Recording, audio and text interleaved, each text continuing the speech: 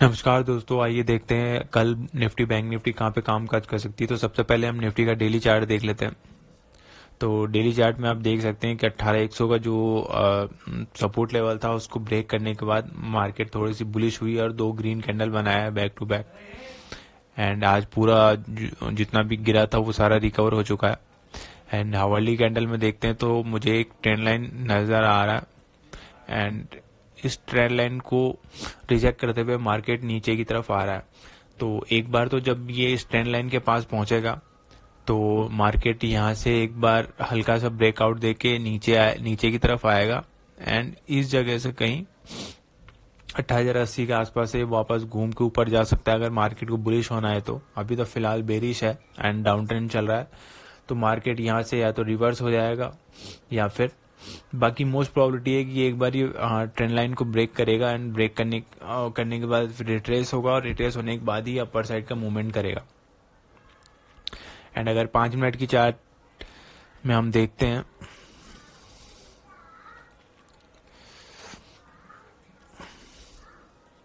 तो ये एक आपने गैप को फिल करने के बाद फिर उसके बाद डायरेक्ट अपर साइड की मूवमेंट ही किया है।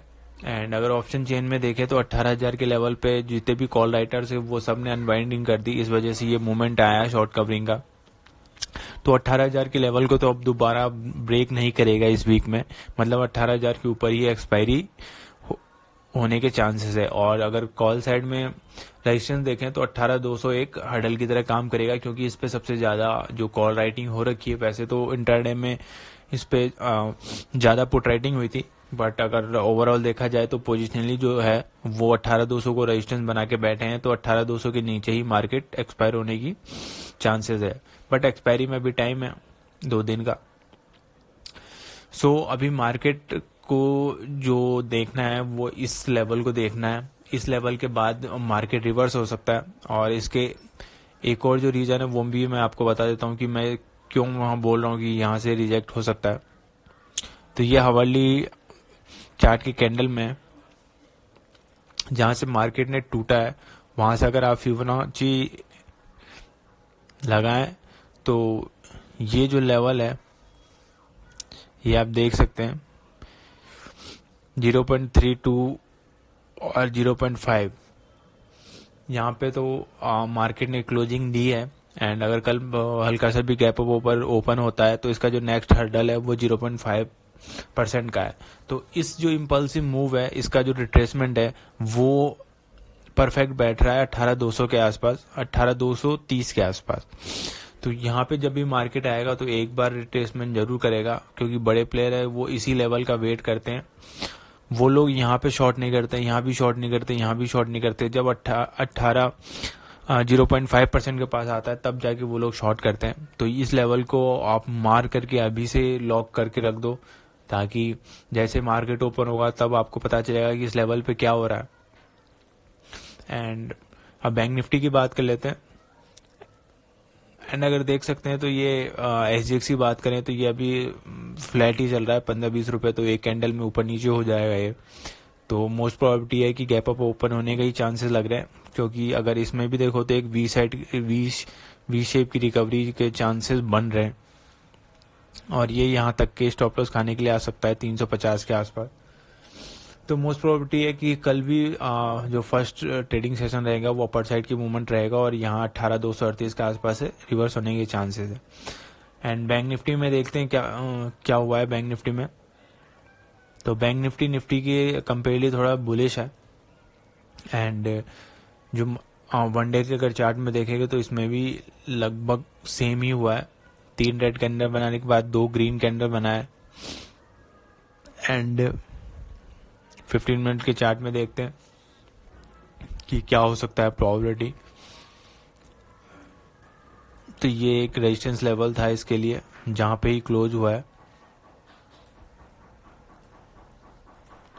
एंड अगर ऑप्शन चेन में देखें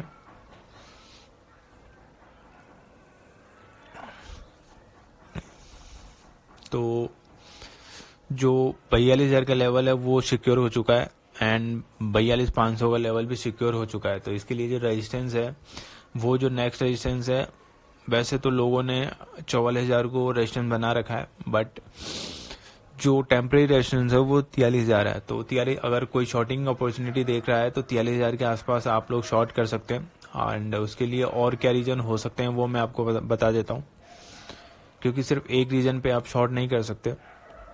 एंड अगर मार्केट यहाँ से टूटा था तो यहाँ से अगर आप लगाते हो तो इसने 0.618% को ब्रेक करके ऊपर क्लोजिंग दी है।